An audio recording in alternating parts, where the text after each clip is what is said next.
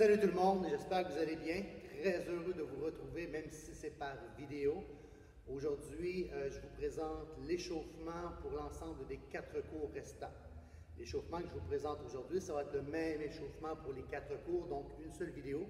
Vous allez devoir vous référer à cette vidéo à chaque fois que vous allez vouloir faire un des cours que je vais vous présenter dans les prochaines vidéos. Donc, je suis très heureux d'être là encore avec vous. Je suis dans mon gym présentement. Comme vous entendez, probablement, c'est très vide. Je suis seul. On est fermé encore pour un certain temps. On ignore pas combien de temps encore. Alors, sans plus tarder, je vous présente l'échauffement de vos 4 prochains cours. On va commencer tout d'abord avec notre échauffement avec 10 demi-burpees. Je le fais avec vous pour que vous puissiez avoir une idée du temps que ça va vous prendre de faire votre échauffement. Donc, demi-burpees, on n'ira pas le torse au sol, on va juste descendre les pieds vers l'arrière et revenir et sauter en position verticale pour échauffer la chaîne postérieure et les épaules en même temps. Donc, 10 demi-burpees.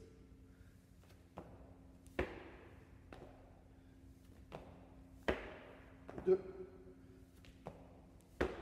3, 4, 5, 6, 7, 8, 9, 10.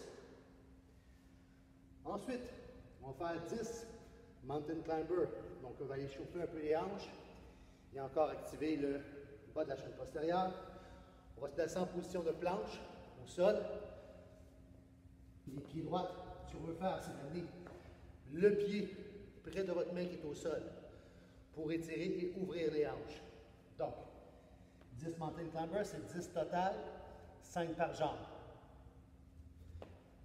1, 2, 3, 4, 5, 6, 7, 8, 9 et 10. Aussi simple que ça.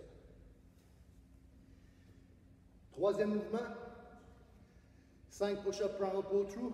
On va commencer à échauffer les épaules, les triceps, les pectoraux. Donc, on va faire un push-up régulier. On va revenir en position de planche. On va rentrer la tête à l'intérieur des épaules. En yoga, on appelle ça un downward dog. Donc, c'est ce qu'on va faire pour commencer. Donc, main à la hauteur des épaules. On va descendre en regardant les coudes le long du corps. Notre torse va venir toucher au sol à chacun des push-ups. On peut le faire aussi bien sur les pieds que sur les genoux. C'est votre choix selon votre capacité. Sur les pieds, je descends push-up, je remonte, je rentre la tête le plus loin possible, le plus près possible du sol. Je reviens pour 1. Descends push-up, remonte. 2.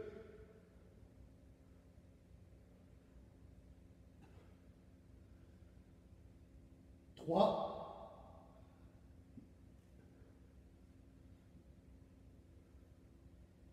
4.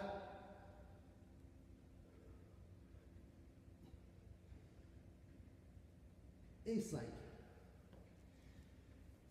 Excellent. Donc, on a fait des demi-burpees, mountain climber et des push-up front pull through. La partie suivante, rotation des bras avant-arrière. Donc, tout simplement, 10 rotations.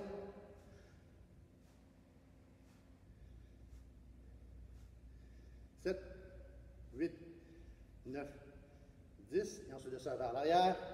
1, 2, 3, 8, 9 et 10. 10 rotations avant-arrière. Et on va terminer la partie plus dynamique avec un balancement des jambes avant-arrière.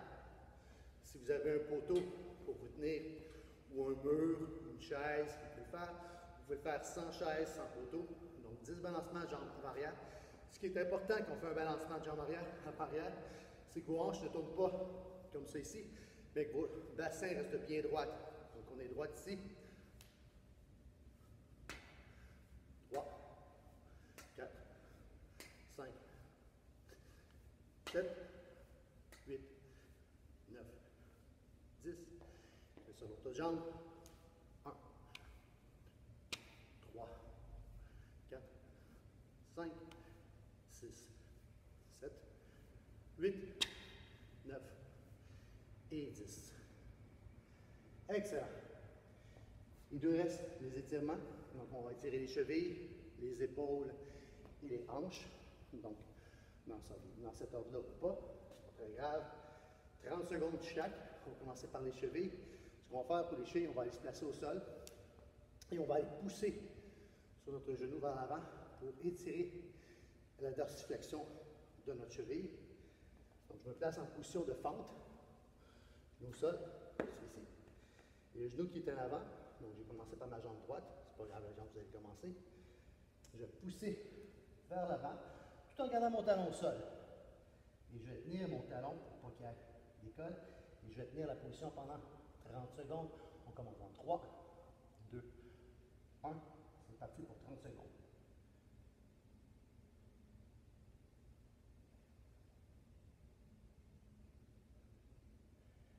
10 secondes de fait. Assurez-vous que votre genou reste au-dessus de votre pied. Quand vous faites ce mouvement-là, vous ne pouvez pas l'avoir à l'extérieur du pied et non pas à l'intérieur non plus. 20 secondes.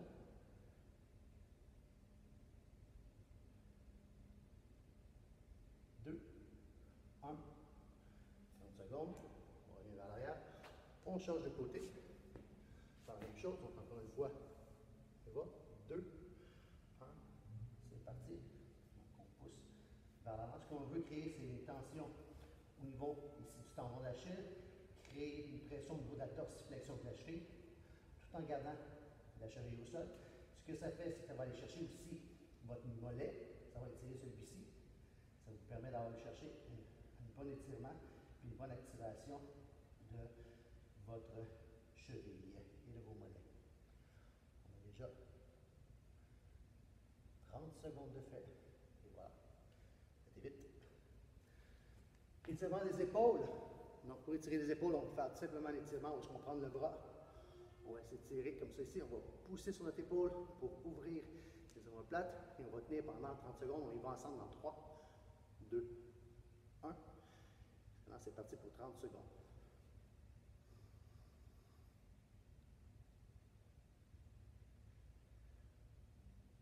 « 10 secondes de fait. Remarquez que mon bras est à la hauteur de mon épaule. Il n'est pas vers le bas, il n'est pas vers le haut. Il est vraiment à la hauteur de l'épaule. Ça me permet d'aller chercher l'étirement ici à l'arrière de l'épaule au maximum. Il reste 3, 2, 1. Excellent. On change de côté. Donc, on va mettre la main derrière la jointure, donc derrière le coude. On y va pour 30 secondes. C'est parti dans 2, 1, 30 secondes.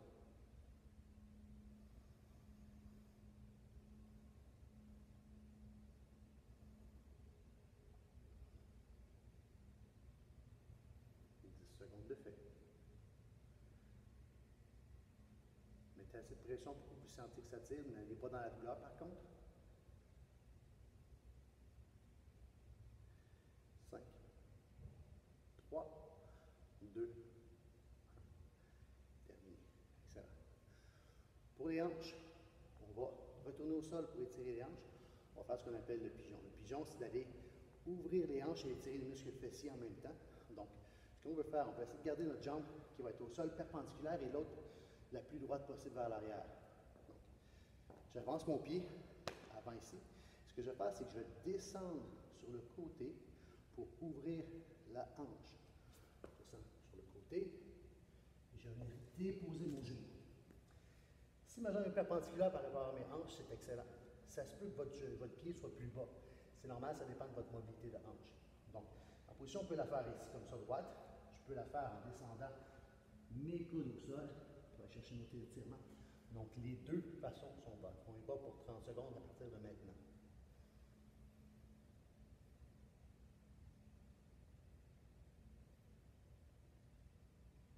Donc, pour mon cas, ici, je vais faire 15 secondes dans la position verticale. Durant ces 15 secondes, je vais faire 15 secondes dans la position basse.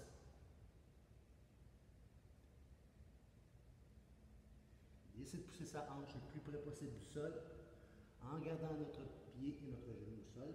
3, 2, 1. Good. Côté. On peut repartir debout, on peut tout simplement repartir en position au sol. Je place ma jambe perpendiculaire par rapport à mon corps. Je vais placer ma jambe arrière le plus droite possible et je vais y aller pour 30 secondes. On y va dans 3, 2, 1. C'est parti pour 30 secondes. Encore une fois, je vais faire 15 secondes debout. Mon côté gauche est beaucoup moins flexible que le côté droit. Alors,